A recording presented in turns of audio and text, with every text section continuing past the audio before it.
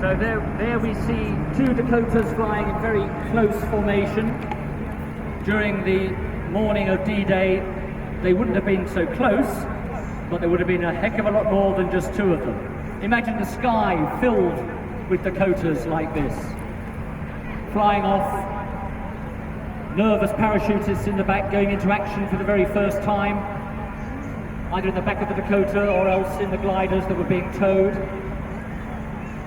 withstanding anti-aircraft fire from the ground, which actually ended the service careers of some of the parachutists and pilots before they actually engaged with the enemy. Now there's a nice head-on shot as they come in straight in towards us, and as the aircraft bank round, have a look at that very distinctive wing. It's a beautiful elliptical wing, which marks it out very clearly as a Dakota. Almost looks like a boomerang that hasn't quite been bent round properly.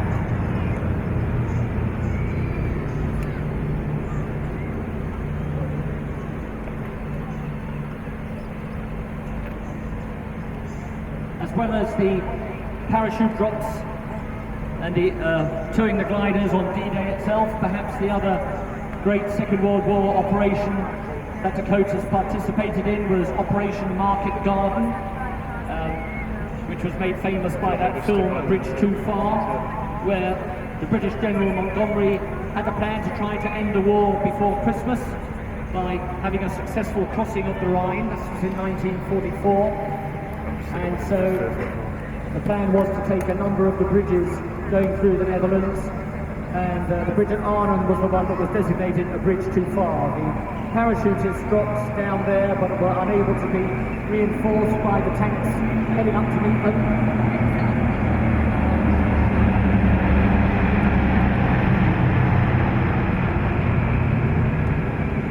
And after very fierce resistance at one end of the bridge at Arnhem, those survivors from the parachute regiment were actually captured, although a number of them were able to escape during the night. And the Dragomoot Dakota here, which arrived at the US Army Air Force in December 1943, actually participated in that operation, Operation Market Garden, and which was the biggest paradrop in history in September 1944, and she received 12 bullet holes in the cockpit and the nose, and apparently you can still see those where those repairs were made, but clearly not at this range.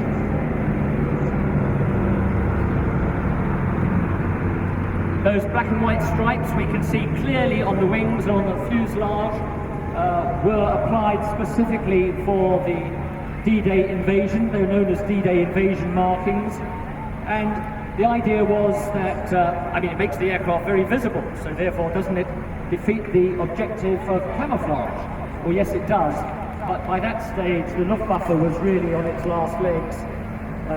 It was just before the advent of the jet aircraft like the Messerschmitt 262 Interceptor, which gave the Luftwaffe a bit of a revitalization. But the idea was that the vast majority of aircraft in the air on D-Day were going to be Allied aircraft, so therefore to avoid blue-on-blue events or friendly fire shooting down your own aircraft, let's paint the aircraft with those black and white stripes so we can see that they are friendlies. Coming in straight in towards us now and then banking over. And those invasion markings were so successful, you can see they easily identified the aircraft as being friendly, but they were also used to a certain extent by aircraft during the Korean War. And we've got an example of one of the aircraft that participated in the Korean War, the Royal Navy's last piston engine fighter, the Sea Fury. And that will be displaying as the penultimate item today, just before the Red Arrows. I haven't actually seen it since it was restored to flying condition recently, so I'm not sure if it's got the invasion stripes on, but we shall see later on. Now the lead aircraft, Union Jack Dak, strangely enough is actually American owned and flew over to Europe to participate in the 70th anniversary D-Day commemoration last month. and actually did drop some parachutists over Normandy as part of those celebrations.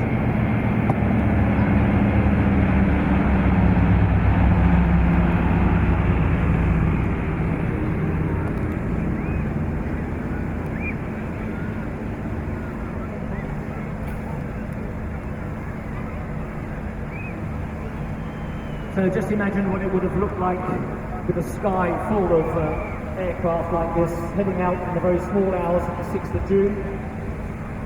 Everybody nervous, not only the airborne troops in the gliders that were being towed or in the back of the Dakotas, but also the pilots with their mission of getting their precious cargo onto target, on time, and to avoid being shot down in the process. Of course, the Allies had the element of surprise. You may recall that the weather forecast for that period of June was so bad. The invasion was meant to take place on the 5th of June, but the weather forecast was bad, so Eisenhower, who was the Supreme Allied Commander, delayed the invasion by 24 hours. And such was the bad weather forecast that General Erwin Rommel, from the German side of things, who was responsible for the part of the Atlantic Wall defence, as it was known, in Normandy, actually went back to Germany to celebrate a family birthday, confident that no invasion would take place during his absence because the weather forecast was so bad. The weather made the crossing very bad, very choppy. Many of our troops were seasick as they made the crossing, but it did enhance the element of surprise that helped to make the invasion such a success.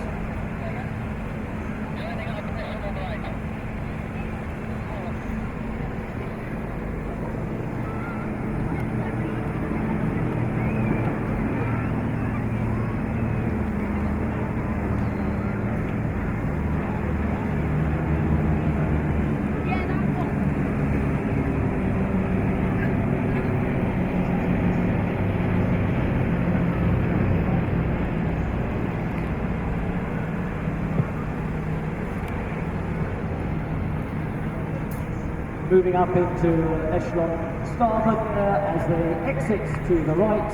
That's not a sight that you will see very often. Two Dakotas. Great photo opportunity for us all.